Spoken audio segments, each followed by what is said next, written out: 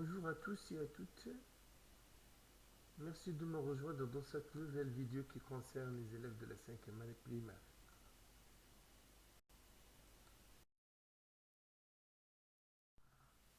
Dans cette nouvelle vidéo, vous allez voir une nouvelle leçon en orthographe intitulée Les lettres miettes. L'objectif de cette leçon est être capable d'écrire et de prononcer correctement les mots contenant des lettres muettes. Comme d'habitude, on va commencer par la première partie. J'observe et je découvre. Lecture du texte. Avec Internet, tu peux écrire à notre abonné, qu'il soit ton voisin ou qu'il habite à l'autre bout du monde. J'ai appris beaucoup de choses sans quitter ma chambre. Avec Internet, le temps passe très vite. Les heures défilent sans que l'on se rende compte. Deuxième lecture. Avec Internet, tu peux écrire à notre abonné, qu'il soit ton voisin ou qu'il habite à l'autre bout du monde. J'ai appris beaucoup de choses sans quitter ma chambre. Avec Internet, le temps passe très vite, les heures défilent sans que l'on se rende compte. Donc, on va regarder ou bien observer les lettres écrites en rouge. On commence par le premier mot, P. Donc, la lettre écrite en rouge, X. Même chose pour le deuxième mot, soit. La lettre écrite en rouge, T. Donc, le mot habite, la lettre écrite en rouge, H, etc. Jusqu'à la fin de ce texte, il y a un mot où il y a une lettre écrite au rouge, c'est la lettre P, se trouve au milieu de ce mot. Donc, ces lettres écrites au rouge ne se prononcent pas. Donc, s'appellent des lettres muettes. Les lettres muettes. C'est le titre de notre leçon en orthographe d'aujourd'hui. Donc, on remarque que ces lettres soit se trouvent à la fin d'un mot comme que, ou bien au début d'un mot comme habite, ou bien au milieu d'un mot comme compte. Bien parti. Je manipule et je réfléchis. Trois mots commençant par H, muet. Donc, ça veut dire se prononce pas. Premier mot, habite. Haricot, hôpital. Donc, la lettre H dans les trois mots, c'est une lettre muette. Deuxième question. Quatre mots contenant chacun une lettre muette. Muette, pardon. Quand, la lettre muette D, foulard, D à la fin, tapis, veut, T à la fin. Maintenant, on passe à la dernière question. Lecture à haute voix les mots suivants. Une hirondelle, un comptoir, un point, le bras. Donc, regardez bien que le mot bras, la lettre s'écrit avec la lettre S à la fin, mais il ne faut pas la prononcer.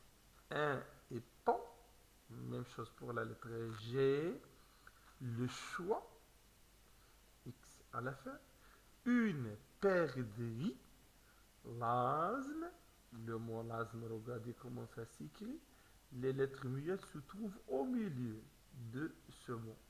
TH, l'asthme, l'abcès, le denteur. La lettre P s'écrit au milieu de ce mot, mais c'est une lettre muette. Hurler.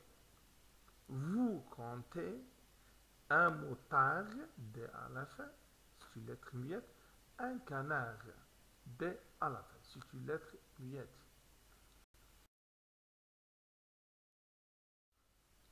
Maintenant, la troisième partie, on déduit la règle suivante d'après l'activité précédente. Qu'est-ce que c'est une lettre muette? Une lettre muette est une lettre qui ne se prononce pas. Pour savoir si un mot se termine par une lettre muette, il faut soit transformer le mot au féminin, gros, grosse. On remarque que gros se termine avec la lettre muette S. Soit chercher un mot de la même famille. Chant, chanter, chanteur.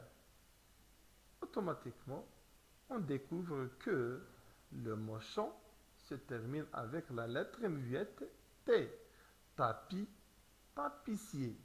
Donc, la lettre muette se trouve à la fin du mot tapis, c'est la lettre S. Rang, ranger.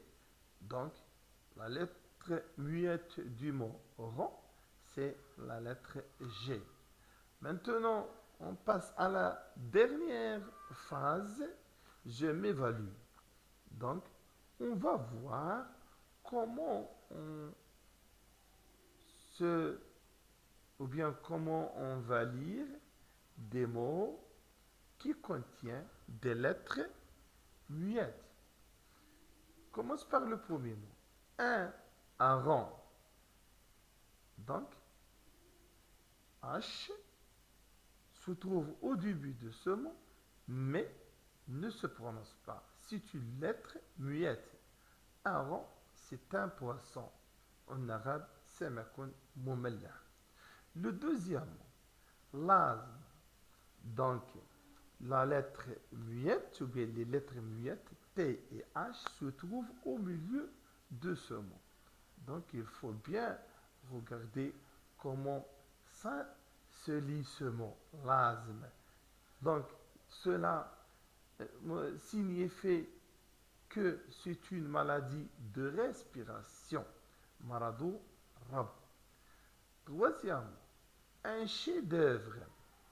Donc, regardez bien que le mot, c'est un mot composé. Donc,